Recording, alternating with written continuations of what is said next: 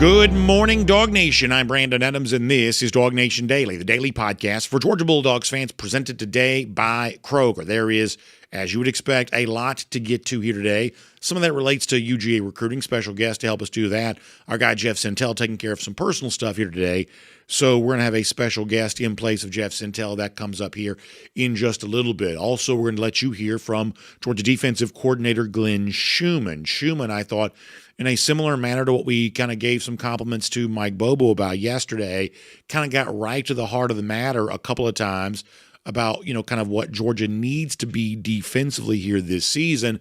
I think you'll like that from Glenn Schumann. In addition to that, tomorrow is in many ways one of the most important days of the preseason for Georgia. We'll tell you why. I'll tell you what I'm hoping to see based on what we kind of feel like we've seen, kind of previous years and all of this. There's an update on a Georgia player who has kind of, I guess, been missing some practice time here thus far.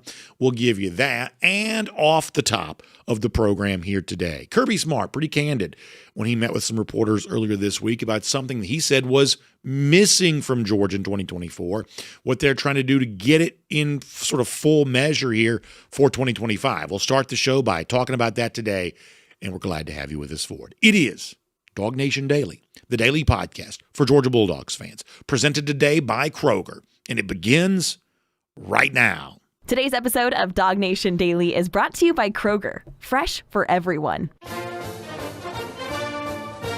Presented by DawgNation.com. This is DawgNation Daily, the daily podcast for Georgia Bulldogs fans. Here's your host, Brandon Adams. Georgia preseason work and fall camp rolls on. Tomorrow, in many ways, one of the biggest days of the month for Georgia before it starts playing its football games. We'll tell you more about that here coming up in a couple of minutes. Let me, though, just for a brief second, sort of start with something different. This week had a chance to kind of briefly hear from Kirby Smart around what is really kind of an important day for him and his Kirby Smart Family Foundation.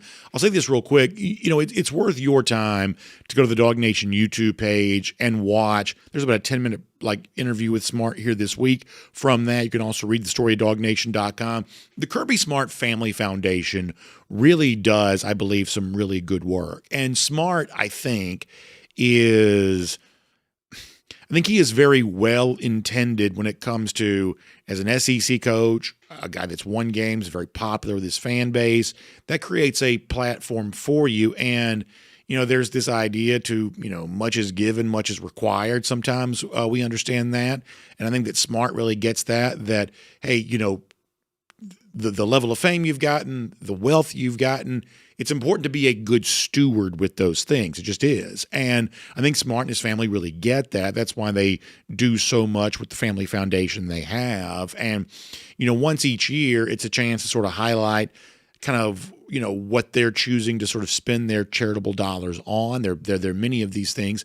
But obviously, as Kirby Smart told some reporters this week, that some of what he's, most personally passionate about is things related to childhood cancer, and he's obviously got his own story with that. And he told some of that this week, growing up watching, his brother, battling that, and the trips they had to take to seek treatment there, and very personal story from Kirby on that sort of shaped the giving that he looks to do here right now. There are other charitable endeavors they're involved with the Kirby Smart Family Foundation, but Smart said that was something that for him was really personal. He also talked about the fact that, sometimes your charitable giving, it just sort of needs to go towards administrative costs because, let's face it, if you don't take care of the administrative needs of the organizations that meet other needs, they can't do what they do. But at the same time, Smart says, hey, we also like to kind of find families who are kind of touched by these various issues and, be a part of that story for the individual families involved. I thought it was really interesting. You can read about it at DawgNation.com. You can see the full interview on YouTube. I do think it's worth your time to check out. We obviously talk about football on this show, but football coaches like Kirby Smart and his family are involved in a lot more than that, and it's worth your time this week to go out, find more about that. Some of the stuff that Smart did, I am certainly very thankful that they highlight that because I just think it sets a good example for how we can all live in a charitable way and looking to be as generous as we possibly can. I think that's important. Now, with that said, Smart also for a couple of minutes did talk about some football stuff on Wednesday too, when he was meeting about the Family Foundation's endeavors. And one of the things that came up in those questions was the fact that we have repeatedly heard the message, SEC Media Days, all of the assistant coaches that spoke earlier this week, Kirby Smart in a kind of a relentless, I say it sometimes, leaders are repeaters, and Smart and his chief lieutenants here have been repeating the message over and over of we want fire, passion, and energy. You've heard that plenty, right? Sometimes you get a little cynical about the things you just keep hearing over and over again. But Kirby Smart clearly sees the value in repeating this message as relentlessly as he possibly can. So in that mind, with that in mind, he was asked, hey, where'd that kind of come from? And this is where, Kirby Smart kind of got pretty honest here for a moment. And this is one of those things that when you listen to it, I believe it's actually slightly more interesting than you might think at face value. I'll tell you why after you hear it. But Kirby Smart sort of acknowledging that maybe last season it was still an SEC championship year. Georgia still made the college football playoff, still got some big wins. Perhaps you've heard, beat Texas twice. There were still some good things that happened for Georgia last year. Kirby Smart also kind of honest in that, hey, maybe there wasn't as much of this a year ago as we probably needed as a team. I think that's really candid. This is Kirby from earlier this week. Yeah, it's a big part of what we do. It just came from feeling like we had 4 DNA traits, and we stuck with those for 3 or 4 years, and we still got them. But we felt like of the 4 DNA traits, we had those. We checked the box on all 4 every year. But there was something missing, and we felt like maybe that was what was missing. And maybe that's missing all over college football, or not all over, just in pockets. And if you don't have that, then you may not have success. So we wanted to reward it, talk about it, and make it a DNA trait, because it wasn't in our DNA traits before. So let me tell you why I think that's interesting. First of all, in my sort of job away from the job, I have about 50 jobs, but in my job away from the job, I do high school football. And so I talk to high school football coaches. I'm in the midst right now of talking to a lot of coaches getting ready for next week's Corky Kell Dave Hunter Classic. And I say this with great affection because I love the impact the coaches have on players. But every high school coach has got some version of what Kirby says is our DNA traits as a team. These are like the 4 pillars of teams call it something different, but these are our 4 big rules or our 3 foundational traits or beliefs. It's almost like if you work for a corporation, you got mission statement and values and things like that. Football teams all have their version of that. And high school coaches can rattle them off just like this, and they expect their players to be able to rattle all this kind of stuff too. And they're just hammering this over and over and over again. And this is the kind of thing that coaches do deeply believe in. And what's interesting about what Kirby Smart says there, and I would say perhaps more interesting than you perhaps realize, hearing that on just kind of first listen, Smart says, okay, we had 4 DNA traits. We felt like we were explaining those well. We felt like our team a year ago had embodied the 4 DNA traits, and yet still, as it turns out, from a kind of intangible standpoint, it wasn't quite enough. That we believe in this, we believe in that, we're pushing this, we're demanding that, the kind of, foundational beliefs, values, if you want to use that phrase, felt like we had those. But there was and Smart says it, there was just sort of something missing, even though we had been, teaching this stuff, and we'd had great success by teaching these foundational beliefs. Felt like we still had those in 2024, but there was just something from the equation that wasn't quite what it needed to be. And in, sort of explaining all that, Smart says that's where the phrase fire, passion, and energy comes from. Smart also acknowledges in that clip you just heard, hey, maybe this is an issue that exists all across college football, but certainly, as Smart says, at least it kind of existed here last year, and we want to make sure that that's not a problem here in 2025. And look, for some people hearing some of this sort of thing, there's an element of it that, not everybody is as into this sort of thing as other people are, and non-coaches don't always value this sort of thing the way that coaches do. I think there are a lot of fans that would rather hear him talk about Gunnar Stockton or the offensive line or, guys who may be emerging on defense more so than what some people sort of feel like it's sort of a touchy-feely part of the team building aspect. I can tell you this, though, that Kirby Smart believes wholeheartedly in this sort of thing. And if Georgia really does achieve this, then it will show up, right? I mean, we'll see a more relentless effort on defense. Honestly, when you think about what it takes to run the ball better, something that Georgia said it wants to do, some of that's just a little bit of want to. And so the fire, passion, and energy that Kirby says he wants to see, if Georgia just simply looks better as a team this season than it did a year ago, if it plays more consistently week to week this year than it did a year ago, if the guys look like they're having fun with each other, if they're enjoying their time around each other, then I think the assumption we can make is, okay, the fire, passion, and energy thing, it must be sort of working out okay. I think you can assume that. Now, in this same press conference where Smart talked about the fire, passion, and energy and kind of where that came from, his belief that something was missing in 2024, which, by the way, maybe kind of explains some of the more frustrating moments from last season, perhaps. That's the case.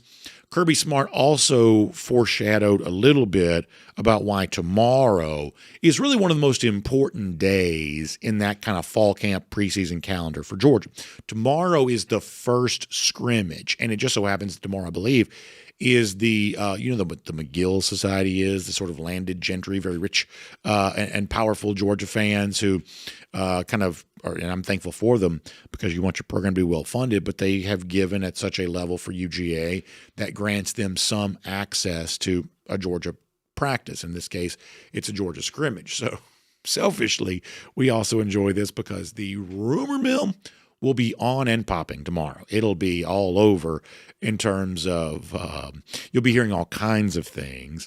And in addition to being fun to have those rumors kind of come out, this sort of sets the stage for the next couple of weeks where Georgia really kind of gets ready to go out there and put it on display in a real game. Smart on Saturday saying, or I should say Smart earlier this week, saying that this Saturday scrimmage is going to be a lot like those scrimmages they've done in the past, but nonetheless very important as kind of a next step in getting ready for the season that's about to be here. This is Smart on the subject of the upcoming scrimmage earlier this week. Nope. I mean, it's going to be pretty similar. We're going to try to introduce kicking game, see where our freshmen are, give everybody an opportunity to go out there and play three groups. I don't see it being different. The outcomes have always been different, but not in terms of format. Kirby says the outcomes have, been different in terms of, does the offense get the better of the defense get the better of the offense? My memory is, and listen, I'm getting to be of an age where sometimes the memory starts to fade just a little bit, but my memory is, it seems like when the McGills get to see the scrimmage, feels like the defense almost always wins. So tomorrow, I'd like to see the offense win. I would. I think it's important for the offense to win this scrimmage tomorrow. And there's always the trade-off with that, and we understand this. Kirby himself has talked about this. It's true for G-Day. It's true for scrimmages that have a little bit less of a spotlight on them. It's true for a basic practice rep. If one guy does well, the guy he's competing with in this sort of zero-sum game of football, well, that means he took the L. If a position group is doing well, that means on the other side, a position group is on the losing end of all of that. If one of the unit, offense or defense, if they're doing well, that's at the expense of the other side. And as a fan, well, you want your offense to be good, but you don't want your defense to be bad, or you want your defense to be good, but you don't want your offense to struggle. So there's always going to be a little bit of a divided allegiance of, well, what's good for my team in terms of the outcome, and your mileage may vary on what you think, but for me tomorrow, as I see the rumors start to come flooding in on all of this from those lucky enough to be there, in my mind, I'm going to kind of be rooting for the offense to be the winner. A couple of reasons why. And we talked last week about the sort of fall camp rumors that we would hear. There have been some of those. I would say that thus far, and you try to have your ear to the ground, I'm sure too, whether it be social media or whatever else, I would say that thus far, the chatter that we're hearing emanate out of Georgia has been pretty positive for the offense, especially for a guy like, say, Noah Thomas and some of the wide receivers. It just seems like we're hearing some of that. And so if that also continues tomorrow in a scrimmage in which a lot of people are going to see it, far more people will see that, in other words, than see the typical day-to-day practice that happens during the week for Georgia. If the rumors we've already heard are confirmed by a larger number of people who see that on Saturday, I take that as kind of a good thing. I do. I would take that as a good thing, that what has been whispered by one person that then gets blasted all over the internet for everybody else to see, if that's confirmed by a lot of people who happen to be inside Sanford Stadium tomorrow, I would take that as a pretty good thing. I believe I probably would. The second reason why I would be rooting for the offense to win this scrimmage tomorrow is Georgia is breaking in a new starting quarterback this year. It is Gunnar Stockton. Every sense we get is the Georgia players really believe in Stockton. Their words publicly certainly would lend truth to that. But there's always that need to validate yourself with a performance. And as Georgia gets ready to introduce for a full season now Gunnar to the rest of the college football world, taking that step of having the big day tomorrow, being in command of the offense, I think that'd be good for Gunnar. And in a roundabout way, it'd also be good for Ryan Puglisi too. When and Kirby Smart said in the clip you heard, they're going to run 3 units. They'll have 1s against 1s and 2s against 2s, and they have some number 3 work that goes on too. So they're going to have a lot of different reps for the various units for Georgia. Some of this is also true for Puglisi because you're trying to get him ready to go into a game. And hopefully first 2 weeks of the season, Puglisi gets to play a lot. I would certainly like for that to be the case, but you're readying him to be the sort of guy you feel okay putting into a game. But obviously it's Gunnar Stockton right now that's going to be the Georgia starting quarterback, and just taking that step of earning even additional belief before the season begins, I think that'd be an important thing for him. So from that standpoint, those 2 reasons, really the reasons why I'd kind of be rooting for the offense to get the upper hand tomorrow. We'll see if that is indeed the case, as various people who get a chance to see that. A lot of times they're kind of loose-lipped. They get the phone out, hopefully not during the scrimmage because I'm guessing they'll get in some trouble for that. But maybe by memory after it's all said and done, hey, I saw this and I heard that. And if you're staying close to DawgNation, throughout the weekend or social media, whatever else, you may get a chance to hear a little some of that. That's usually kind of one of the fun parts about a day like what tomorrow is going to be. Let me give you one more thing, though, before we kind of wrap up this particular segment. In addition to some of the stuff from Kirby Smart you've already heard, Kirby was also good enough to give us a little bit of an update on Josh McCray. McCray, you'll remember, is the transfer running back from Illinois. And when reporters got a chance to see some of Georgia practice last week, McCray was not spotted. And we were told that not injury, probably illness. Our Connor Riley reported that. Well, we got a little bit more from Kirby this week about what might be going on with Josh McCray. This is what Kirby Smart had to say. He's good. He was a little sick under the weather, and they're trying to get him back out there. So he's been dealing with some sickness stuff, and I think he's going to be fine. And hopefully, with the weather conditions we've had, he'll be back even faster. It's not been as hot out there. So Smart says he's good, but he's sick, under the weather, missing extended practices because of being under the weather. Certainly kind of raises some eyebrows a little bit. But Smart reiterates more than once that he thinks he's going to be fine. So we'll take Kirby at his word on that. Obviously, we believe in addition to other running backs, McCray has a chance to be a very important part of this team this year, and certainly the sooner the better for him as far as getting that done. But obviously health, the prime concern here, and it sounds like Kirby Smart not too concerned about that for McCray. So let's sort of sum all this up this way. Smart, talked earlier this week about we thought there was some fire, passion, and energy missing from this team in 2024, and we're going to try to hammer that message home to make that better here in 2025. There are some very lucky Georgia boosters that'll get to see, hopefully, some examples of that fire, passion, and energy on display tomorrow during a very important preseason scrimmage. But beyond just the intangibles of how much passion you playing the game with, there's also just the hardcore truth of you got to go out there and execute pretty well too. Thus far, the rumor mill would lead you to believe there's some Georgia offensive players who've kind of been doing that. Can they get the upper hand tomorrow, or is it a big step-up moment for the defense? Most of us won't see it, but we'll hear probably something about it, and it'll be a pretty good clue about just how close these dogs are to the start of the season, being ready for that at this sort of stage of the game. We'll be listening closely one way or the other. My name's Brandon Adams, and this is DawgNation Daily, the daily podcast for Georgia Bulldogs fans, presented today by Kroger. Glad you're with us no matter how you get to us. Video, it's 10 a.m. That's live. Most of you that watch don't watch live, and listen, I'm thankful for you, but just glad to have you with us one way or the other. Of course, our friends on the radio, Athens Sports Radio 960 The Ref, podcast, wherever you find them, Apple, Spotify, everything else. We're just really, really happy to have you as a part of the program today. And thankful to our friends at Kroger who make this all possible too. Just awesome experience. You love that. And of course, Kroger's also serving you right now during what is a very important time for you. You know, the Dogs getting ready for the start of the season. For many of you, it's a different season than starting right now. It's back to school. Either you've been in school for a few days or you're just sort of starting out or anything like that. Whatever you kind of need here right now as your back to school process plays out, our friends at Kroger have you covered on all of that. I'm talking about school supplies, or you need this stuff for the lunchbox, or you need the dinners at night. Let's face it, kids are busy. You got school all day. You got sports in the evening. That means when you come home, you got to power up with some good fuel. So a good dinner on the table, that's an important part of this too.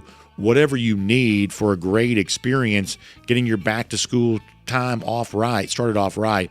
Our friends at Kroger have that for you. You can find them online, Kroger.com, or frankly, you can just sort of go shop in store. That's always a really fun thing to do. We love having Kroger as a part of DawgNation Daily here today. So thankful for their partnership for as many years as they've been with us. Obviously, we're celebrating our 10th anniversary here on DawgNation Daily, and of course, we're really proud of all of that. All right, programming note here for a moment. Jeff Sintel taking care of some personal business today. We're going to let him do that in place of Jeff here in a moment. Our Kaylee Mansell is doing double duty, is our producer today. And it's also, I'm ashamed that I didn't know this before today, it's also Kaylee Mansell's birthday. So we'll get a chance to wish her a happy birthday, which I'm also ashamed I didn't know this. Kaylee's birthday happens to be the same day as my mom. It's also my mom's birthday today. So happy birthday to our Kaylee and my mom here today too. So that is all really fun, and we'll talk to Kaylee about that here coming up in just a second. Let me also remind you, tickets going fast for our DawgNation Invasion on the Tennessee River, the awesome riverboat cruise that we were a part of in 2023, one of the biggest, most successful events DawgNation's ever done, a precursor to a big win for the Dogs at Tennessee. So much fun, and we can't wait to come back and do that again with you here this season as well. Different this year than in the past is the fact that this game's in September this year. So that means you're making your plans now before the season begins for the big DawgNation Invasion. It's going to be here before you know it. So you may not quite be in football mode yet just because, it's still technically summer in the eyes of many of you.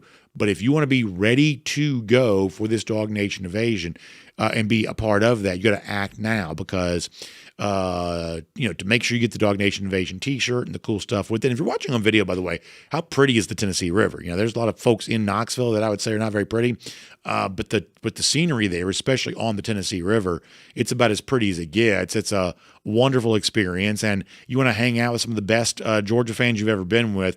Just great tailgaters, big dog fans, great people. It's an awesome experience, and I hope that you all get a chance to enjoy that with us. It's really just one of the most fun things we've ever done. Great video showcasing all of that. So sign up online at DawgNation.com/tailgate. That's DawgNation.com/tailgate. If you're one of the first 125 to sign up, you can secure your right to a DawgNation Invasion t-shirt. And, when you're on the riverboat with us, we're going to cruise up and down the Tennessee River for a couple of hours. You get the buffet on board. You got the bar. You get your drink tickets for the bar, and that's a really fun thing. All kinds of Georgia fans. The DawgNation team will be there. We'll have live shows taking place. It is going to be a great, great experience, and we want you there for it. One more time, here's how you get your tickets. Can't wait to see you there. It is DawgNation.com/tailgate. DawgNation.com/tailgate.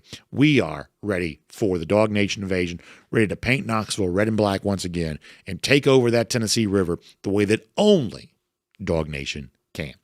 All right, so before we get Kaylee Mansell here today, talk some UGA recruiting with her, let's also get ready to go around the DawgHouse here today, presented by our friends at Zagoria Law. And it's been a very busy week around Georgia, so much so that it's going to take us several days to kind of get through it all. We played some stuff from Mike Bobo for you yesterday. Thought that was really good. There were some interesting things to also come from Bobo's counterpart, Glenn Schumann, when he spoke to reporters this week too. And one of the things we complimented Bobo on, and we just sort of gave Kirby Smart a compliment for this. Smart, very clear. We didn't think we had enough fire, passion, and energy in 2024. There's candor in that statement, is there not? From Bobo yesterday, there's no doubt, he said, that Georgia wants to be better offensively when it comes to slow starts to begin games, rushing attack, some pretty clear ownership and accountability around areas where Georgia just needs to get better. And I thought that there was a similar message that came from Glenn Schumann, too, that when it comes to the overall Georgia standard, Schumann didn't mince words that he thought that at least the consistency of performance from Georgia last season didn't quite meet what that standard was supposed to be. This is Schumann from earlier this week. No, I think that's we weren't consistent enough to meet the standard. Like that's just the reality. You can't have games against 5 playoff opponents, the teams that made the 12-team playoff, and play really well there, and then have 4 other games where you give up 28 points or more. Point blank period, right? Like we know that has to be better, and you can't be up and down. Consistency is the mark of great defense. We talk about being elite or not. Like to be elite, you have to be consistent. That's what makes something elite. So we can't have up and down performances. And everybody in that room knows that when they came to Georgia to play championship level defense, coaches, players included. And so anything short of that isn't the standard. Let me tell you why the word consistency there I think means a lot to me. It's because when you look at the schedule that Georgia plays, and we just think that the media in many respects has kind of gotten this wrong, that it's being treated as this year's Georgia schedule is easier than last year because last year it was Alabama, Ole Miss, Texas on the road. This year those games are at home for Georgia. But that is a way overly, frankly, too simplistic way of looking at the Georgia schedule, that those are still tough games no matter where they're played, and road games like Auburn and Tennessee present their own challenges for Georgia this year. And to me, what shows up when you have the sorts of games I just mentioned is that week to week, I do think that energy to a degree is a finite resource, that when you give some of it up, you are now depleted, and you don't just sort of regenerate that energy for the following week. And so, in a 2-week stretch or a 2-game stretch spread over 3 weeks, Georgia plays at Tennessee and against Alabama. Georgia's going to give a lot up. Even if it wins both those games, it's going to give over some of its energy. There is a price to be paid. There is to win those games. You're going to have to leave it on the field, which means once you leave it, you don't have it anymore. And so what Schumann's talking about there with consistency is we all have a certain number of big games circled for Georgia, but what you do to win the big games can kind of wear you out for the games that don't seem quite as notable. And so if you're trying to say, hey, what are the most likely losses for Georgia? What are the games for Georgia that they could be most likely tripped up? I mean, honestly, last season the SEC will tell you that losses oftentimes come where you don't predict. Certainly that happened to Ole Miss against Kentucky. It happened to Alabama against Oklahoma. You can cite other examples where, hey, sometimes you get kind of tripped up when you don't expect to because of what you had to do against the tough opponents you've been playing in previous weeks. And obviously, if you're Georgia, you don't want to fall prey to that because that's the sort of thing that can keep you out of the college ball playoff. In fact, last year for the 2 teams I mentioned, Ole Miss and Alabama, that was definitely true. The wrong loss, the wrong time knocked them out. So when Schumann says we got to be consistent, there is a obvious and specific reason during the year that's about to take place of why that's the case, is because a loss of focus or a lack of effort or just a diminished performance at the wrong time could force you to watch the college football playoff on television, obviously something that you don't want to do. So in that case, I think that the desire for consistency means something important. And we would also say first quarter against Alabama, a portion of the game against Ole Miss, first half against Georgia Tech. There were clearly some moments last year where Georgia did not quite play at the championship level. It played as good as it ever has at Texas in October, but really for the most part didn't come close to matching that level against almost anybody else. So we understand why Schumann is calling for more consistency this year. Specifically the area in which he'd like to be more consistent, he was also good enough to share that with us too, focusing on the need to just be better tackling team. We talk a lot about, hey, you got to be better at stopping the run. From Schumann's standpoint, the ability to stop the run more effectively is actually pretty simple. This is what he said earlier this week. Number one thing we need to do better in run defense, okay, is tackle better. Like we did not tackle to our standard last year. If you tackle better, you eliminate yards after contact, okay? And then we need to leverage the football better, okay? Specifically on the perimeter where the ball bounced out too much. And so that goes back to trust and playing together as a unit. So one of the we've just been really harping on, the right way to tackle, which we always do. That's not like this is some unique thing, but our guys are very aware of where we need to improve. They know to play Georgia football on both sides of the ball, we need to run the ball and stop the run. And they've taken great pride trying to improve in those areas. It's interesting to me that from Schumann there, he said, we got to run the ball better and stop the run. Running the ball better is not really his job, but he still referenced it, which gives you an idea of just how much they're also harping on that behind the scenes. I believe that Bobo did the same thing earlier this week, where obviously it's his job to make sure Georgia runs the ball better, but he also, I think, mentioned stopping the run too. So you had the coordinators, I think I'm right about this, both coordinators this week also mentioned the big point of emphasis for the other coordinator as well, which gives you an idea behind the scenes how much they're talking about those two things. And Schumann, when it comes to his prime directive, making sure they are better at stopping the run, he says, listen, just being a better tackling team is a big part of that. In other words, this is not just defensive linemen, swallowing up blockers and building a wall up front. It's about all 11 guys at the point of attack, making sure you wrap up, bringing the guy down. Don't let him bounce outside. Don't let him turn, something into extra yards. Bring him down at the point of attack. And he says they're working on that right now, as they always do. But it still sort of sounds like perhaps maybe a little bit more emphatic with all of this.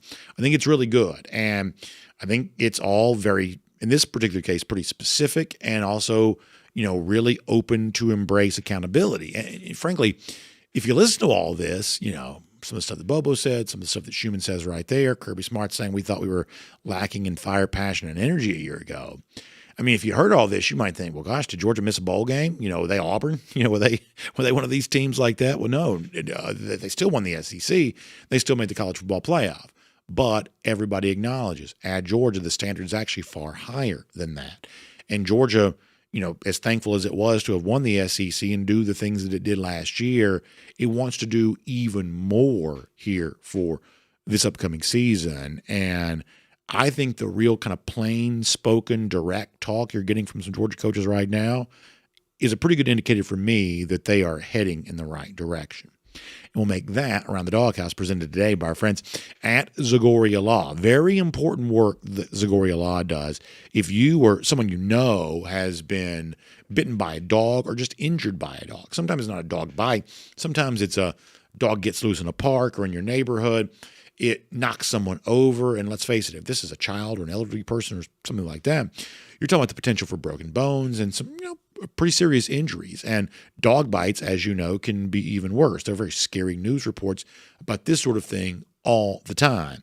And if this is your story, or if someone you love has been impacted by something like this, well, we think you deserve your right to fight for compensation just like any other personal injury situation, because, medical bills, pain and suffering, these are natural byproducts of what you might be dealing with. And our friends at Zagoria Law believe that too. In fact, they believe in it so much, they've specialized in this unique area of personal injury law. They literally wrote the book on how to win these types of cases. So I want you to reach out to them today and look, just sort of tell them what happened. Tell them your side of the story about what it was, and they'll tell you, kind of if they think there's, something they can do for you.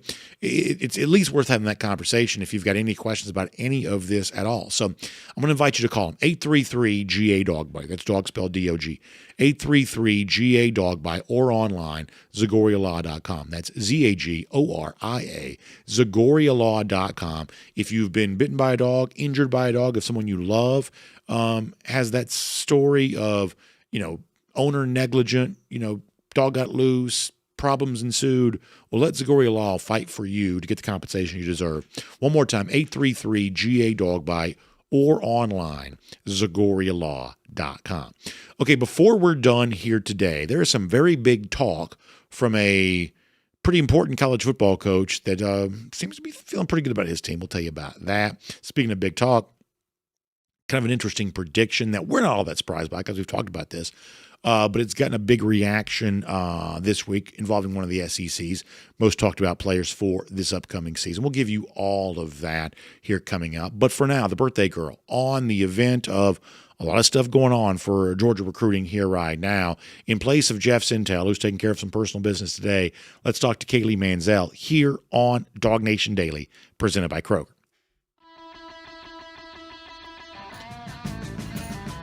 From Athens and across the SEC or wherever the recruiting trail may lead, here's a DawgNation.com insider.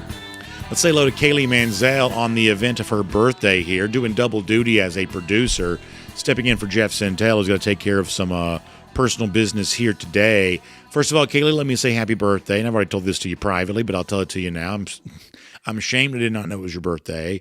I should have known this for sure because your birthday apparently is the same as my mom's. I was not aware of that. So happy birthday to both my mother and my good work colleague here, Kaylee Mansell. Appreciate that, and I hope you're getting ready for a great birthday coming up. Yeah, thank you. I appreciate that, and I guess there's a lot of people, especially on the YouTube side of things, that also share a birthday with me. So that's really cool to see. And also, too, I wanted to make sure to mention this, that one of my absolute favorite things about my birthday is that I get to share it with my grandfather, who turned 70 today. Is that right? He is one of the most important people in my life, and so to be able to share this day with him, it only makes our bond closer. And so I think that's part of the reason why I do enjoy my birthday, is knowing that that's something that we have to connect over. So I was very close with my grandparents too. One of my grandfathers, his birthday would have been 2 days from now. So we have that in common, I guess, as well too. And that's a great thing. I certainly have fond memories of my grandparents, and I know how close you are to yours. So that is an awesome thing. Let me tell you what else was awesome. I thought that you and Jeff Sintel did a great job last Saturday. I really enjoyed the video at Clark Central High School as Anthony Lonnan Jr. made his commitment to Georgia. This is a guy that a lot of people really like, and I think a lot of our audience has probably only gotten acquainted with Lonnan in probably recent weeks, probably. But I thought the video did a great job of telling the story about what an interesting young man this is. Obviously, he's got deep ties to, Georgia. Dad had played football at Georgia. Mom is also, a part of the UGA community too. So a guy that really loves Georgia, a guy that, obviously plays high school football basically almost on campus. Clark Central is about as close as it gets. And a really good football player too. You had a chance to be in the room with him last week. What was the experience you took from all of that? I mean, I think the thing that I noticed about Lonnan, especially this week, and seeing how people have received that commitment ceremony, is that they really resonate with his story and his passion for the game. Clearly not just the physical skill set, but also the leadership aspect that he's going to bring to the table, with him being a Georgia legacy, living in Athens, and the great story that Jeff Sintel wrote on DawgNation.com about the conversation that Lonnan had with Kirby of making sure that you're not just offering me because my dad played at Georgia, but because you actually see the value and potential in me.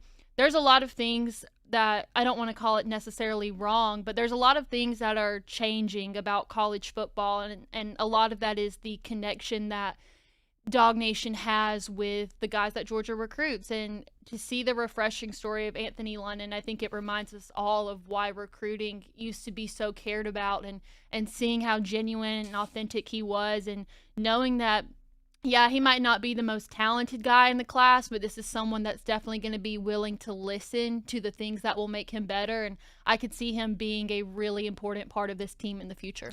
I think that's really interesting. And to me, that whole story sort of speaks to, and Kaylee, you know a lot of these recruits, you've gotten to know them well over the years. Consistently for me, the one thing that recruits really value, and I don't know if this is properly appreciated by the public at large as much as it should be, they do want to believe they're wanted, and not in some sort of like ego way of, hey, tell me how important I am. They just want to feel like they've got a place on the team. And, you hear a lot of stuff sometimes, and I'm not saying from Georgia, I'm saying just in the sport overall, you hear a lot of things sometimes and you wonder, can I take this coach at his word? Does he truly want? I was talking to somebody yesterday about a guy who had, committed somewhere, and it's like he thought he might could get, offer X, Y, and Z. But he didn't wait for that because this particular school wanted him. And it's like, man, if you want me like this, and if that's where, if I'm wanted here, well, of course, that's where I want to go, because that's ultimately what recruits, I think, really want. For as much as we make a big deal about NIL and things like that, they just want to know they're going to be a part of a team and have an opportunity to have a role on that team. And so for Lonnon to, to go to Kirby Smart and say, is this real? Is this more than just kind of a token offer or a kind gesture? Like, do I have a chance to be a part of this here? I just think that speaks to a lot of the way that a lot of recruits think about the recruiting process. Of they just want to believe that they have a place in a program, right? Well, I think especially now, because these kids are getting paid, we forget the most important thing, and that's that these are teenagers, 16, 17-year-old, 18-year-old kids. Like, I remember being at that age, and I really wanted some validation and to feel a sense of purpose. And so even though they get paid and we look at them more as adults, like, they're still kids at the end of the day, and it makes sense that they want to feel that sense of belonging, especially from the teams that they want to choose. And for London in particular, like, this is someone that didn't have any D1 offers, more than a year ago. And I found it really refreshing to know that he sent out tape to over 100 schools, which is not something that we really hear about anymore. And so I think he really took a lot of time with the decision, because it came down to Georgia and Georgia Tech. And I think it was a lot closer than most people would have assumed, because clearly one thing is not like the other. But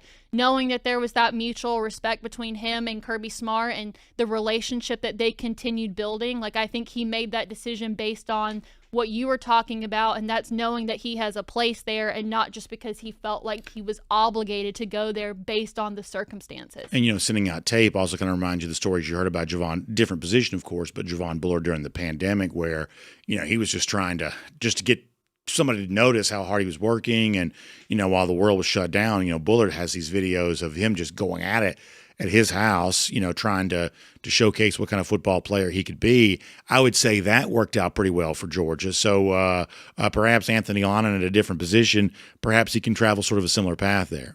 Yeah, that's what I'm thinking too. Jeff always says that the best thing that he has to offer, besides all the intangible stuff, is his versatility. He can play anywhere on the defensive line, and even though he's not necessarily the highest rated recruit in the class, you can tell that the football IQ and intelligence is there. So this is someone who is very teachable and coachable, which is what I think Kirby Smart looks for in a lot of these guys. He's going to bring that to the table, and I think we've seen so far that he can quickly become a fan favorite. So we saw yesterday, to change the subject, Damian Guyton, one of the top players in the class of 2027, who people should know has left Savannah Christian, where he played a year ago with Elijah Griffin. He's now at Benedictine, another top flight program in the Savannah area, state championship pedigree, obviously, for Benedictine. Guyton, as had kind of been expected, did commit to Texas Tech yesterday, the new sort of big spender in the NIL world because of their, talking about ultra-rich booster Cody Campbell, who I guess sold a company for like $8 billion or some sort of crazy, fee like that. So he's got, massive dollars to spend here. Kaylee, I don't know if you noticed what I noticed about this was, and I realize it's a year away, so that always kind of diminishes the coverage. But I just thought there was very little out there on the LaDainian Guyton stuff. It just did not get a big reaction. I don't think, anyway, at least the best that I could tell. And I try to follow this stuff as closely as I can. The assumption I make about that is that I think that people assume that, well, listen, the Texas Tech money is huge, and maybe that holds up throughout the entire process here. This probably still feels like we got many more chapters to be written before LaDainian Guyton makes his final college decision. I'm reminded, for instance, in a year or so ago when Derek Cooper briefly committed to Georgia, sort of backed off that pretty quick, and the rest was sort of history, as he's now going to go to Texas. But oftentimes he's very early, kind of following year away cycle stuff. Doesn't quite hold up. Interesting that one way or another, a big time 5-star prospect made a commitment announcement, and the world didn't really kind of like stop and pay too much attention to this yesterday. Did you get that same sense? I brought this up on Before the Hedges. The first thing I noticed when, I guess it was probably Hayes Fawcett or Rivals or something, put out the graphic of LaDainian announcing his commitment, and there were no top schools on it. And so I think that took away a lot of the interest too, in knowing that the school that you root for, the school that you're invested for, like, is not anywhere on here. So I think it was very obvious where he was going to go in the first place. You mentioned Cody Campbell, the guy that sold his business for $9 billion, has openly been tweeting at LaDainian Guyton. I think the thing that I was more surprised to see was everybody making this a Georgia problem, like Kirby's losing the top recruits in his state. But at the end of the day, like, I don't think that there was anything that could have been done about this. It sounded like it was a done deal for a long time, and maybe he doesn't stick it out with Texas Tech, but then again, maybe he does, because to me, what this class for Texas Tech could look like is very similar to what we saw with Texas A&M in 2020, where you can have all of these great guys come in, but it's not sustainable. So I do think that Texas Tech, with this newfound financial backing that they have, is somebody that you're going to see compete for a lot more blue chip recruits. But it takes years and years of elite signing classes to have a consistently elite program. So I'm not too concerned about it just yet, and I don't think that anyone else should be, especially too because the 2027 edge class is absolutely loaded. 2026, not so much. I mean, look, Georgia only signed Kamari Brooks, one of the best edges in the state, but 2027 is loaded, and with LaDainian Guyton out of the picture, Georgia can go all in on DJ Jacobs, who's also a Georgia legacy, five-star edge, number 11 player in the entire country. And I think that he was always going to be the priority anyway. So Georgia's going to get some good edges in this room. Don't be too concerned about the LaDainian Guyton thing, because at the end of the day, I don't think that there was anything that could have been done about that situation. No, I think that's interesting, and I think we all like DJ Jacobs a lot. We've had a chance to see him play in person. Obviously, the connection with his father to UGA, that matters here too, but that's going to be a big player for Georgia no matter what. And listen, I don't pretend to be a recruiting reporter, but just in talking to people who know more about this than I do, a little closer to this situation than I am, the sense that I get, Kaylee, is even with the announcement of Texas Tech this week, that Georgia's relationship with Guyton's probably actually improved a little bit in recent weeks. So he made the announcement of Texas Tech yesterday, but that things probably maybe are better between Georgia and Guyton now than they might have been even a couple of weeks ago. As I said before, I don't pretend to be a recruiting reporter. I certainly, don't want to, people to take, too much into that. But the sense that I've gotten is that, Georgia may actually be in a semi-okay place with Guyton now, obviously competing against a program that's willing to offer a lot of money. And historically, Georgia's just been a lot more judicious about that sort of thing.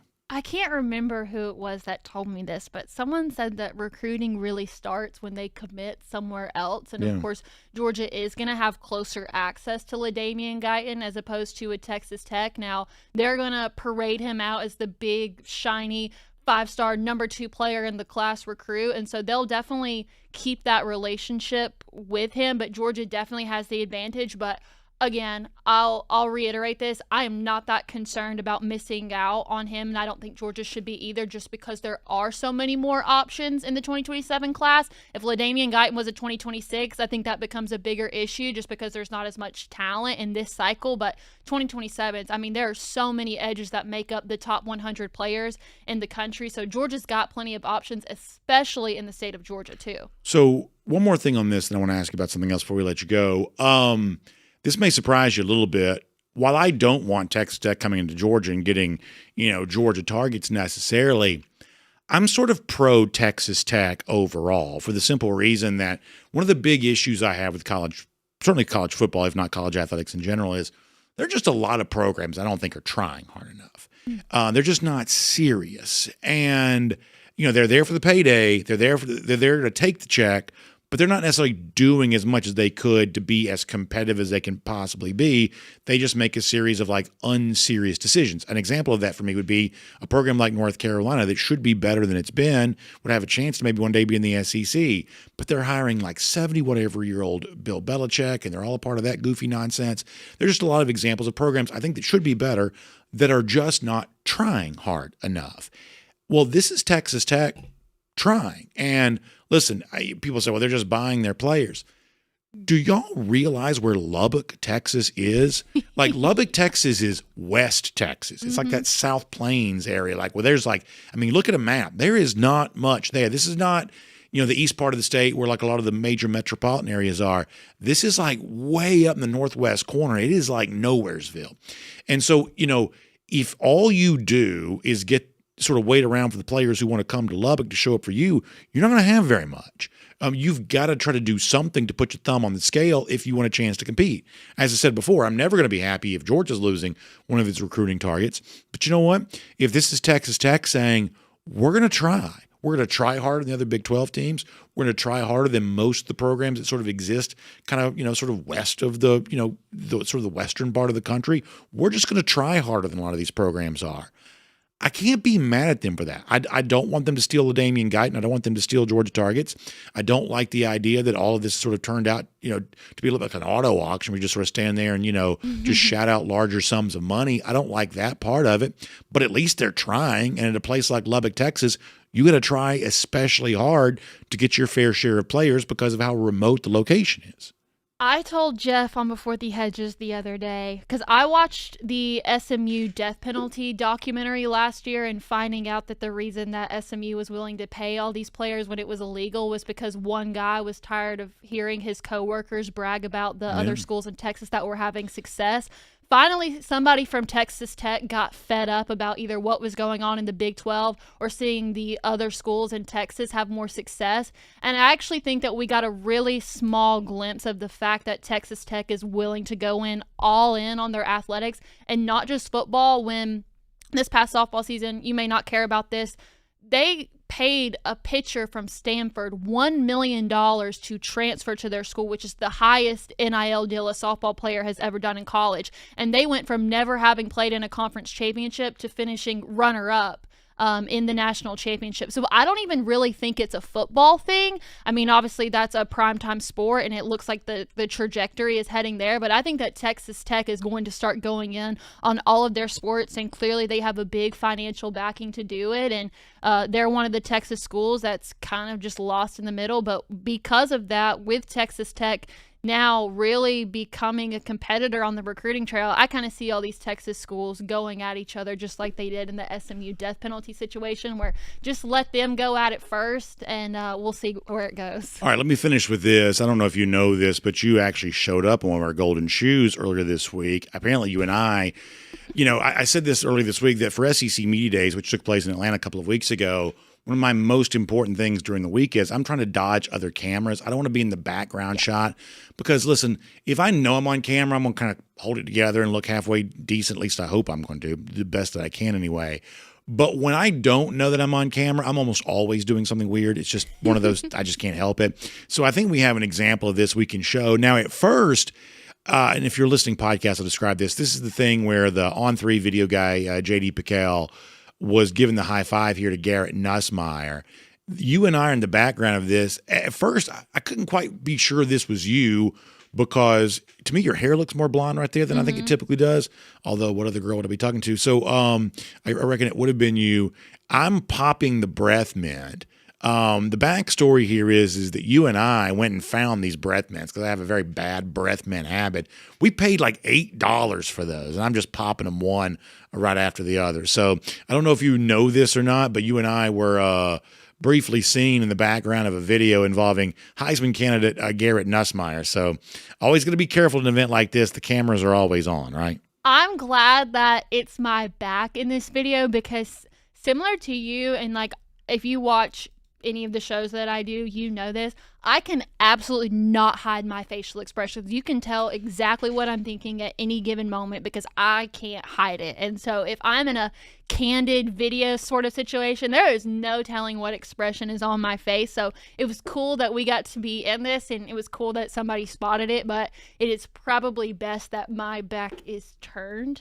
So it was cool that you noticed that though. And the mint thing was just ridiculous. Like $8 for that brand of mint. So this was a crazy work. So people should know this was like a whole thing between you and me for a while because I could not believe how expensive they were at like the sundry shop at the hotel there. And then like a couple days later, I called you like 7 o'clock in the morning one day because like the whatever convenience store I happened to be at, they were just $3, and I was like all up in arms about that. I'm sure you were thrilled to get a call from me that early in the morning about breath mints, but nonetheless, like the whole breath mint thing was like a whole deal for us all week long, and now somehow the whole world now knows about that too because we got caught on video with me popping a breath mint and the Garrett Nussmeier thing there. And I've always been a gum person too, but you turned me on to the mint, and now I feel bad because I know that you always have them, and so every time I see you, I'm like, do you have a mint? And I feel bad, like I need to start splitting the cost with you, all $8. That is true. We were in a business meeting the other day, and I looked at my phone. Do you have a mint? So yeah, that is a real thing that is going on there. Funny stuff with Garrett Nussmeier, one of our golden shoes earlier this week. Kaylee, great job as always. And like I said, I thought the lawn and video was really great last week. And before that, just presented by Kroger, DawgNation at Large on Thursday. A lot of Kaylee Mansell in our lives. The return of the DawgNation Game Day pregame show here coming up just a few weeks away there too. The season's going to be here before you know it. Kaylee, thanks for all the great stuff, and we'll look forward to talking to you soon. Thank you. Let's take a look around the rest of the league. This is SEC Through. Yeah, really good stuff from Kaylee Mansell. We'll look forward to having Jeff back again next week. We can bring that music down just slightly. Really great stuff on all of that. You love it, and we certainly wish Jeff well. Busy day for him with his family, so we'll let him take care of that and talk to him again very soon and be on guard for whatever. It seems like the 2026 recruiting class about to get a little quiet. I know Georgia extended the offer this week to the offensive lineman, and you got some irons in the fire there. But for the most part, it's all about sort of holding on to what you have left here, and so we'll see how much they're able to do that. We'll also get ready to go cruising around the SEC, courtesy of Royal Caribbean. And, boy, I want to hold on to all the great memories I have from the Royal Caribbean cruise vacation I've been able to take. And I will tell you, originally I was supposed to be on Star of the Seas next week. It's supposed to go down. It's just one of those things where from a work standpoint, it didn't quite work out for me to do that, but I will be living vicariously for those who make their debut on Star of the Seas next week. And I will tell you, it's just like when I had a chance to be on Utopia of the Seas for the very first time, going back, around this time last year. Always, when Royal Caribbean introduced the brand new ship, it's always a wonderful experience. And we loved Utopia of the Seas last year when it rolled out for the first time. I was so proud to make that a part of our DawgNation cruise here this past April. And one of my favorite things about what Royal Caribbean does on all the various cruise ships is the unique collection of specialty restaurants and fun bars and live music that you have a chance to experience there. As I told you yesterday, one of my favorite things about Utopia of the Seas is the Mason Jar. This is the Southern-themed restaurant with the bar with the great bourbon cocktails and the live country music, and it's just one of the great spots in the ship. It's also on Wonder of the Seas, and to me, it's just one of those really cool things where, like, the time that you enjoy in this restaurant, this bar, with this music, this part of the ship, it's the sort of thing that makes a Royal Caribbean cruise vacation an unforgettable experience. So I want you to have your own experience on board Utopia of the Seas or a ship like that. In fact, I'd love to have you join us on Utopia for our DawgNation cruise. That comes up in April. Our friend Jessica Slater can tell you all about that. You can give her a call, 770-718-9147. That's 770-718-9147. You can email her, jslater@dreamvacations.com. I'm just telling you right now, it's going to be a great experience. Can't wait to see you next April. Or don't wait until April to have your next Royal Caribbean cruise vacation. Go ahead and get one planned for you here right away. Now, let's get ready to go cruise around the SEC, courtesy of Royal Caribbean here right now. Let me begin with this. There were some comments this week that got a lot of attention. Archie Manning, the SEC legend from Ole Miss, and now probably more prominently known as the grandfather of new Texas starting quarterback Arch Manning, kind of gave voice to something that's been talked about a pretty good bit as of late. Manning predicting that his grandson would stay at Texas for 2 years, that while he would be draft eligible at the end of this season, that he might come back to Texas for the 2026 season. This has been, I think, largely assumed. In fact, if you look at some of the early mock drafts that are out there, you really don't see Manning in a lot of these mock drafts because I think some of the industry is treating it as if Manning will return to college next season. There are a couple of things here. First of all, it feels like you got to once again give the caveat. Some of this is about the fact that he just hasn't played yet. And I know that you got Paul Feinbaum and everybody else trying to kind of run it out there and sort of make it be like that Manning is already some sort of proven commodity. That's obviously not the case. And I say this as someone who genuinely believes that Manning's going to probably be a pretty good player. I really do. People that I respect that know ball, if you want to say it that way, they think that Manning's going to be pretty good. And so I am certainly not going to argue with that. I think he probably will be. But before we start talking about him going to this year's NFL draft, shouldn't we at least go through the formality of actually watching him be good on the field before we do that? So that's what some of this is. The other thing that's going on here is, and this is what savvy people do in life that some of the rest of us sometimes just don't, that in any negotiation, there's a lot more going on than just the money. The money that you get, for instance, from like a rookie NFL contract is fairly well established through the CBA and things like that. But in addition to the money, there's also the terms of the deal. And like you saw this with like Kirby Smart's first contract at Georgia. There are some coaches, and I've heard this firsthand, there are some coaches that when they get offered their first-time head coaching job, once they see the X number of $1 million they're going to get paid, it's almost like they can't think of anything beyond that. They're just sort of wowed by that. But a savvy coach, and Kirby Smart was obviously one of those, is in addition to money, let me make sure I negotiate good terms too. How many public appearances do I have to make? And what about this? What about that? Kirby Smart, very good, we would say, at negotiating terms. If you've ever sold a house, you know this. There's the price you get for the house that you're selling, but there's also the terms of the deal involving the inspection period and all that kind of stuff there too. And, sometimes the win is not just in the money, but it's in the terms of the contract. If you've ever done any kind of negotiation like that, you sort of get what I'm saying. And I think some of the Arch Manning stuff about he may not even go pro after this year, in addition to the fact that he's truly an unknown commodity because he hasn't played for a full season yet. I also think the Manning family is very aware of leverage in negotiations and, leverage in just life in general. And we saw some of this when Eli first came, out of college going to the NFL. There was some scuttlebutt about who he would and wouldn't want to play for. And, that was kind of a big deal if you want to go back years ago on that. And I think that the Manning family, just being around the game for as long as they have, I don't think they're going to want to willingly relinquish any possible leverage they might could get for themselves. In this day and age of NIL, where Manning's probably already making a lot of money, if he were to return to Texas next season, especially if he has a degree of success, the additional fame would give him a chance to really cash in a big way. The idea of not going to the NFL if the situation doesn't quite feel right, that's like legitimate leverage that previous college players would not have had to the full degree that Arch Manning might have it. So, in other words, when Archie Manning says this, maybe he's saying this just at face value. Maybe Manning just really wants to stay in college for a couple of years. Or maybe this is the sort of thing that savvy people and experienced people have a tendency to do. Make sure they're fully leveraging the leverage that they have, and it seems like perhaps the Manning family might know how to do that. So there was a thing that Dabo Swinney apparently said this week, and I'll be honest with you. We're kind of in fake social media post season, so I'm always kind of on guard for this. Apparently this wasn't fake. Swinney saying that he was excited about this season because he felt like his Clemson team had the chance to be the first team in college football history to go 16-0. We obviously haven't had that yet. I have been of the belief, I said this going into last season, it was certainly proven out last year. I believe it'll be proven out for many years to come. We are a long way, and maybe not even ever, to the point where you're going to have an undefeated national champion again. It's just going to be a long time before we see anything like that. The schedule's certainly the best SEC teams, just too tough for that to take place. Dabo, though, saying he thinks that his Clemson team would have a chance to be the first ever 16-0 team. This is obviously some really big talk from Dabo Swinney. It's kind of thing like, did he really say that? And I guess apparently he did. First of all, some of this just sort of speaks to what we know about the ACC schedules. And I do believe that, having an easy schedule is just a weapon. That is just a really valuable asset in the pursuit of a national championship. When you're playing an easy schedule, it just gives you a chance to have more energy for the other games you have to play.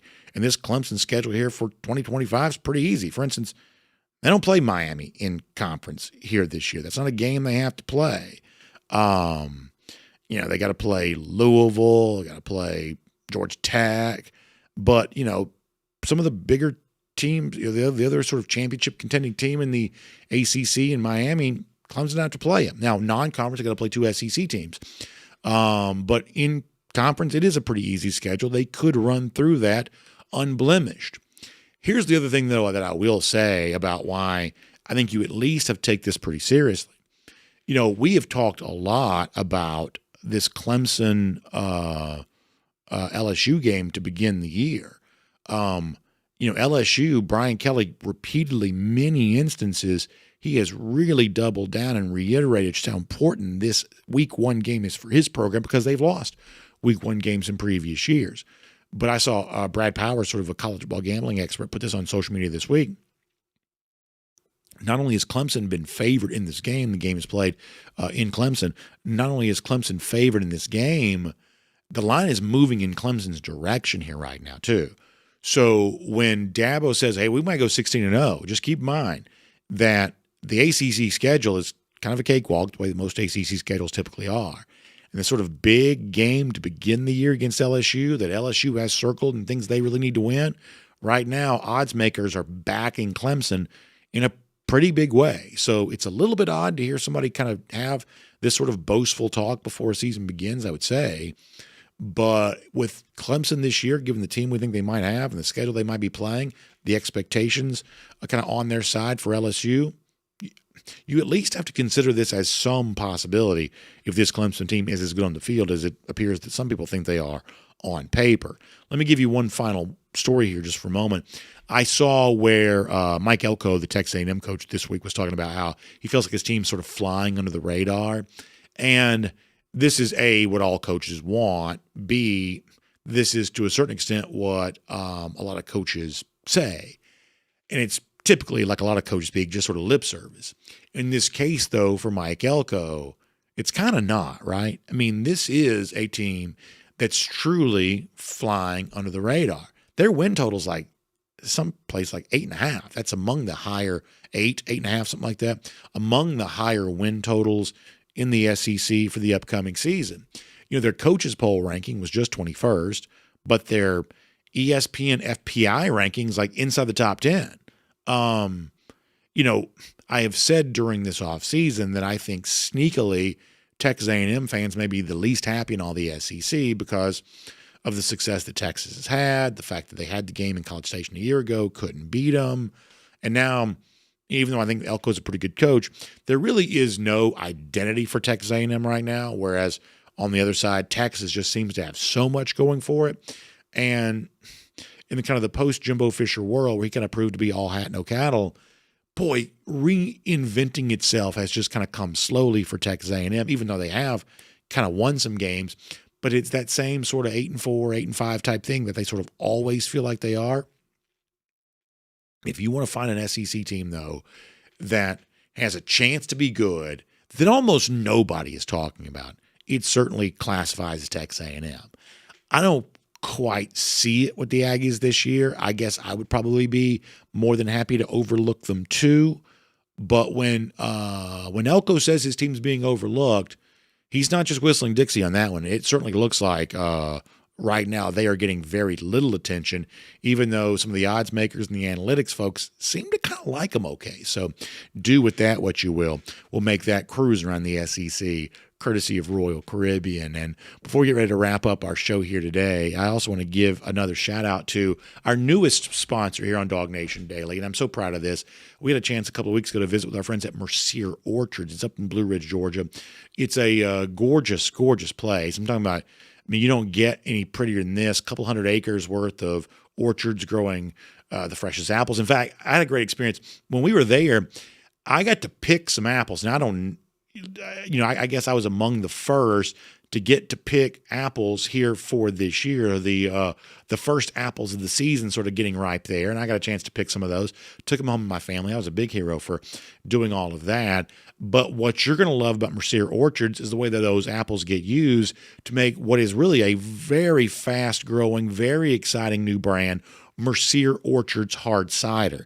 This is a delicious alcoholic beverage that I'm telling you right now, if you have not tried the hard cider, you're going to love it. When you're grocery shopping, you can find the cans. And if you don't see them, I want you to do me a huge favor. I want you to ask the store that you're at, hey, can you get some Mercier Orchards hard cider? I've been hearing good things about it. I want to try it. Same thing for like restaurants. There are versions of Mercier Orchards hard cider that are available on tap. You can try that there. A couple of the beverage options you can enjoy in your home and the cans. You perhaps heard of the Mercier Orchards Grumpy Granny. This is one of the most popular hard cider offerings they have. It's got kind of a tart taste to it. It's a kind of an interesting, I guess, contrast to some of the other hard cider options they have. Also, the Just Peachy, which, as you would expect, has a little bit of a peach flavor to it. This is so delicious. It's all, just sort of made right there. I mean, I saw the entire process. I saw where the apples were grown. I saw where the beverages were made. I saw them getting packaged, and they're on their way to stores and eventually to your home. The Mercier Orchards hard cider is going to be a really fun part of DawgNation Daily for a long time to come. And if you have not tried it yet, you need to make sure you do so. Ask for wherever you're doing your shopping, restaurants that you're eating at, or to find out more, you can go to Mercier. That's MERCIER, Mercier-orchards.com to learn more today. That's Mercier-orchards.com to learn more about that today. You're going to love Mercier Orchards, homegrown right there in Blue Ridge, Georgia. The Mercier Orchards hard cider, a really, really delicious beverage and a really fun way to enjoy time with family and friends. Really good stuff when it comes to Mercier Orchards hard cider. All right, as we wrap up here today, we're celebrating our 10th anniversary around here. So many of you kind enough to share good stuff with us for that. I'm going to give you this as a golden shoe today. Comes from our guy here, Robin Barkalot, multi-time golden shoe winner. He made a nice graphic to celebrate our 10th anniversary. DawgNation Daily, 10 years, it says. And boy, I certainly love that. A great thing to see. He says, congrats, Brandon. I appreciate that, Robin. We'll give you a golden shoe for that. And frankly, that's a great looking logo that you put together for that. I certainly appreciate that. We're also proud of our own logo that we've had on the screen here and we'll continue to have on the screen as we celebrate our 10th anniversary season around both DawgNation and DawgNation Daily. So, Robin, we'll give you a golden shoe for that. Also, lousy, stinking Gators, we don't have much for them other than a reminder. It's been a long time since they've beaten Georgia, about 1,735 days. That is our Gator Hater Updater. Have a great weekend. We'll see you back here Monday, DawgNation Daily, presented by Kroger. And on video, time now for the R.S. Andrews Cool Down. R.S. Andrews, when you turn to for your air conditioning, heating, plumbing, electric needs, they show up on time. They do the work that's promised, the price promised. You can trust them on that. So I know we had the issue yesterday, kind of near the end of the show. We were getting close to signing off, but where we just sort of sputtered out. I don't quite know what that was. I really don't. But I at least have some idea. But I will tell you that we're getting ready to do a big technology upgrade. So hopefully that won't be a problem, and hopefully it won't be a problem today. We'll take your comments here. Let's see what else. Maybe we can get Kaylee Mansell and Mercier Orchards hard cider for birthday celebration here. Let us see what else. Yeah, they're having a conversation about rural parts of Texas over here in the DawgNation.com chat. It's one of those deals where, Central East, you got a lot of metropolitan areas and things like that. Heading towards the west part of Texas, boy, that's kind of a long drive. A long drive. You can drive almost all day long on that west part of Texas, I guess. Tony Huff talking about Dwight Phillips. It seems like Dwight's kind of gotten some positive buzz here, which is sort of exciting. I like that. Our buddy Stink says he's going to be out in section 132 out in the sun. Listen, it's always amazing to me how different parts of Sanford Stadium feel. There's early in the season, I guess it's south side. I always get the north-south confused. But south side where you just got sun just sort of baking down on you. And then flip, in the sort of late season games in November, now the shady side's cool and the sunny side's still pretty warm. So where you want to be from a weather standpoint sort of changes sort of depending on the season's going. Although it's a little easier to bundle up for the cooler games than it is to cool off when that sun's just hitting you right in the face, for sure. Brodo Baggins says he's going to be at the golf course Monday for his birthday, drinking some long drinks and listening to DawgNation while breaking 100. Listen, I love all of that. I love all of that for sure. That's awesome to hear, Brodo. Happy birthday to you, and good luck with all of that.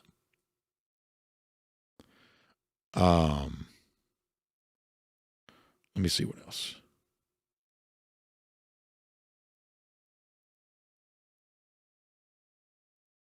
Jonathan Aaron says, if Glenn was to go to the NFL or get a head coaching job, who do you think would replace him?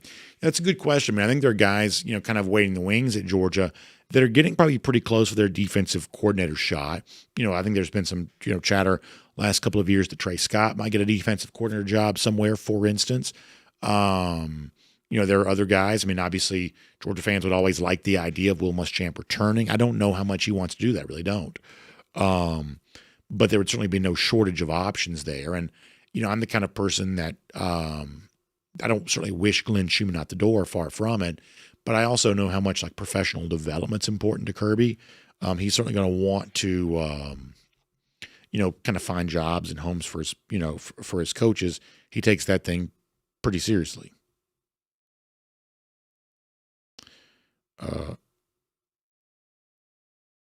Let's see what else.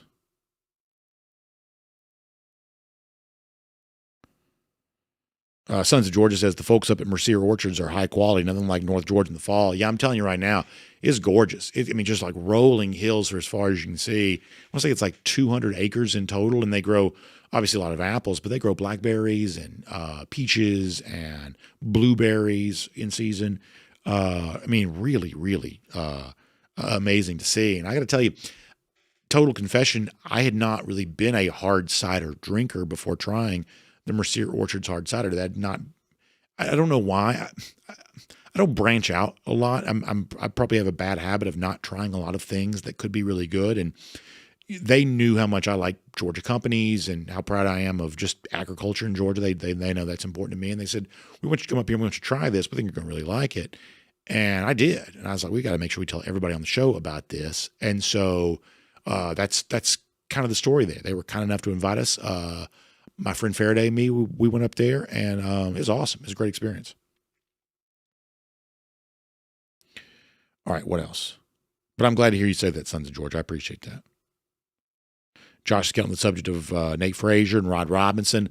Yeah, good things from the running back so far, I think. And that's important, right? If you want to have an improved running game, you better have good, stable running back. Seems like Georgia's on its way to having that, which is good.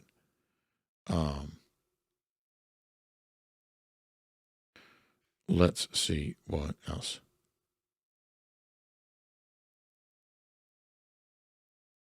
Josh Skelton says he doesn't think anyone's going undefeated anymore. That would certainly be my guess. The odds of, for instance, Clemson winning both the SEC games, that seems to be a hard thing to do. But the challenge awaiting Clemson, knowing that it's mostly playing an ACC schedule, a little different than what you're going to see in the grind of the SEC, of course. Anonymous Handle asks if sneakily is a word. I believe sneakily is a word, isn't it? That's a word. There are probably plenty of things that I have made into a word that might not quite be, but I think sneakily is a word.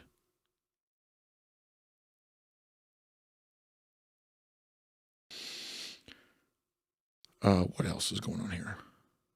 Spencer Clark on the subject of, Clemson kind of riding with Cade Klubnik. Yeah, that's a guy. So much of what we're talking about in college football this year, Gunnar Stockton at Georgia, probably Julian Sayin at Ohio State, Ty Simpson, Alabama, on and on you go, including Archie Manning at Texas. So much of this is inexperience at the quarterback position. The fact that Clemson does bring back a real experienced player in Cade Klubnik, that is kind of thought to be a pretty big deal. And, I do think Clemson's probably pretty good. I think you got to take that seriously. 502 Dog says, see you in Knoxville September 13th. 502, that's awesome to hear. Can't wait to see you there. And anybody who's going to be a part of our Dog Nation invasion, I'm looking forward to that. That's awesome. Chef Jay Bowen says, what would you rather do? Georgia goes 12-0 or 9-3, makes the playoffs, win the championship. Well, 9-3, based on last year, probably doesn't get you in. But I get the question that you're asking. Would you rather lose regular season games, still win the national championship, or go undefeated? And I think you'd probably have to say you'd rather win the national championship, that, this is becoming a little bit more like a professional sport where it's about being at your best when it matters most late in the season. That's sort of what this is becoming about, I guess.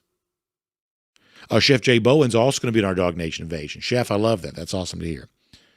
Brodo Baggins says, will DawgNation be at the Marshall game? DawgNation's at every game.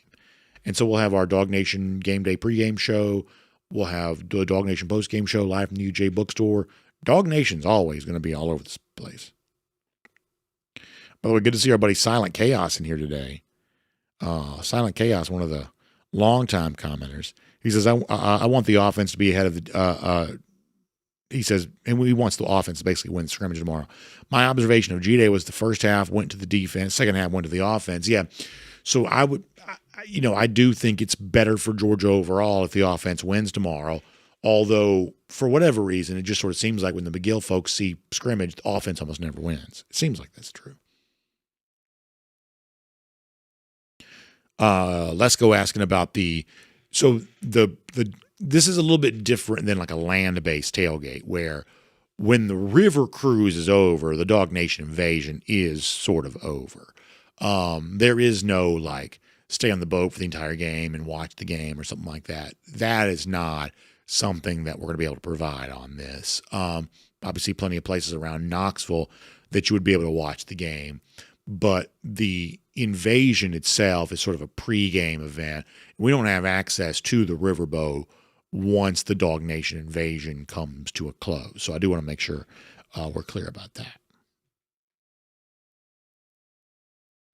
Chef Jay Bowen says, will Kirby have a press conference after practice on Saturday? I don't believe so. He has done that before, but I don't believe he's doing that Saturday. In fact, I'm pretty sure he's not. Our buddy Crow King 123 checking in. Crow King, glad to have you here. Another one of our longtime commenters. You love seeing him pop up in here today. Trevor Maffetone says the Georgia running back's looking big. Yeah, I saw a photo of Roderick Robinson the other day. I really liked that. It was great to be able to see it.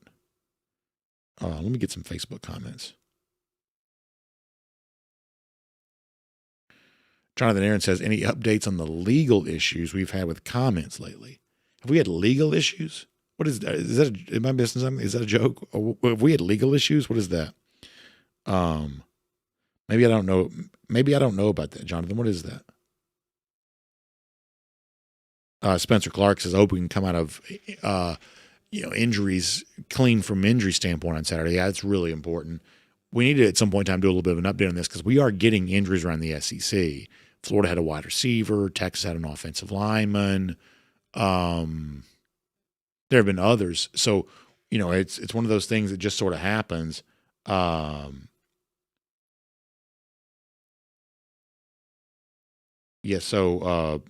just one of those things that kind of happens. And obviously, if you're Georgia, you want to try to avoid that if you possibly can.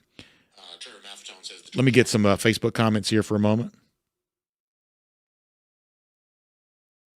Brandon Griffin says, I'm not a huge Bobo fan, but I have to admit, I like what I heard from him. He took accountability and it just felt different. Makes me optimistic for this year.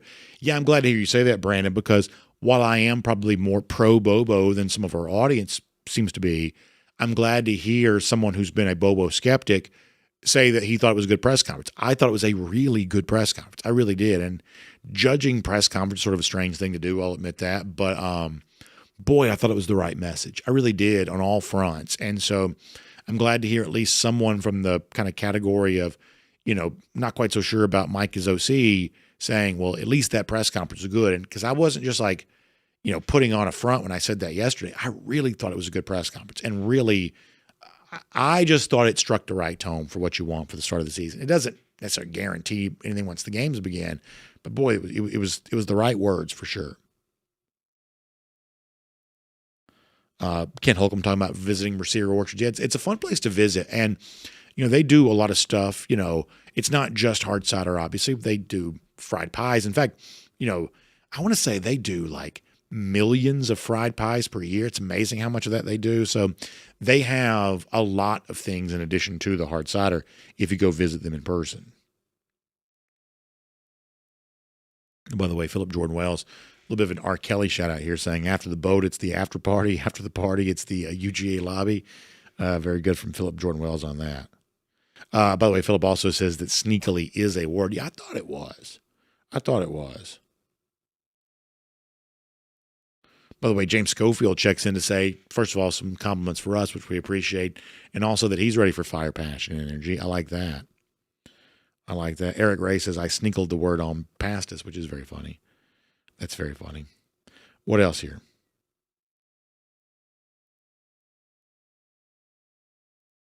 Yeah, good stuff taking place on Facebook. By the way, Barcelona King checks in to say, if we don't win a championship this year because of the offense, Bobo is gone.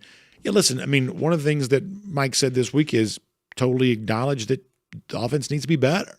So certainly not shying away from the challenge of doing the job the way that it needs to be done. Not doing that at all.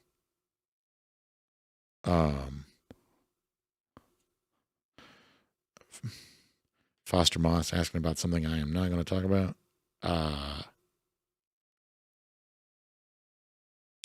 Let's see what else. Brodo at Baggins asking about Beck throwing. I believe he is throwing again.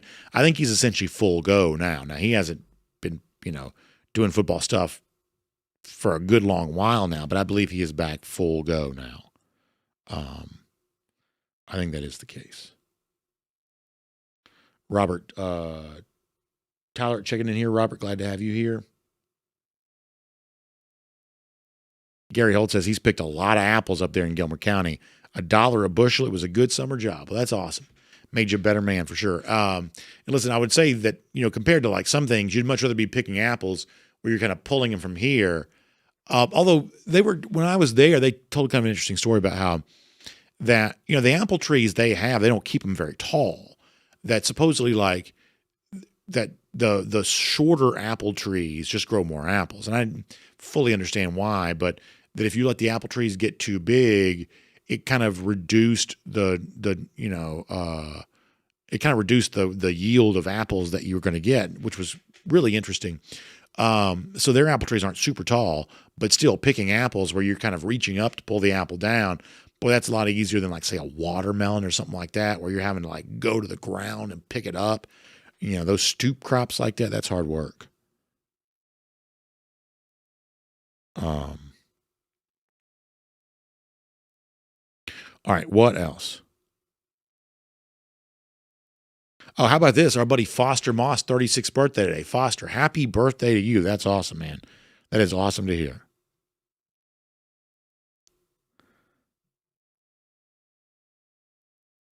Oh, how about that? Sons of Georgia. That's a cool thing to hear, Sons. I really appreciate that. That's awesome to hear.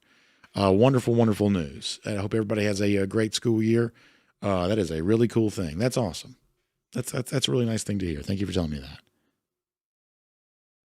All right. Let's do a couple more.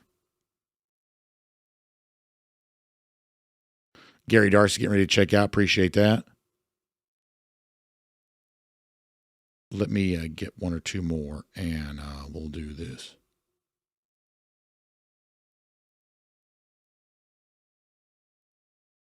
Yeah, they're having a fun conversation over in the DawgNation.com chat.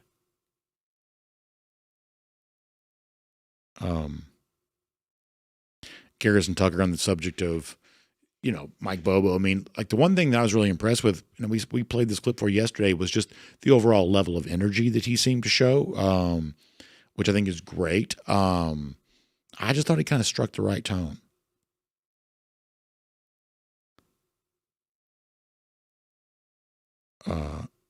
What else before we go? I think we're going to get ready to go here in a second. All right, good stuff as always. By the way, Jeremy Smith says he's been to Mercier Orchards many times and loved it. His aunt lives there in Blairsville. Yeah, I love the North Georgia Mountains. I really do. Blue Ridge is a gorgeous place. Mercier Orchards is a big part of that. And it's worth going. You take the drive. It's a good bye-week activity, I would say. It's one of those things people enjoy doing. And also, they're doing a great job of getting that hard cider on the shelves all across the state of Georgia, really around the world. So if you want to enjoy something homegrown, Mercier Orchard's a great way to do that. Mercier Orchard's hard cider. All right, let me also thanks to our friends at R.S. Andrews who make the R.S. Andrews cool down possible. Air conditioning, heating, plumbing, electric needs. R.S. Andrews takes care of you on that. plumbing emergency, if your water heater goes out, in many cases, R.S. Andrews can replace it for you the same day. Just got to find them online, rsandrews.com for more on that. The RS, after all, stands for Rapid Service. So y'all let them take good care of you on any of your air conditioning, heating, plumbing, or electric needs. Also, hope you have a great weekend. Enjoy some time here. Stay close to those scrimmage rumors, but enjoy these final weekends before football is back. We got high school football, after all, next week. So preseason, I know the Falcons play tonight, so you got preseason football that's back, so a lot going on. Enjoy all of that. We'll see you back here Monday for DawgNation Daily, presented by Kroger. We'll look forward to talking to you then.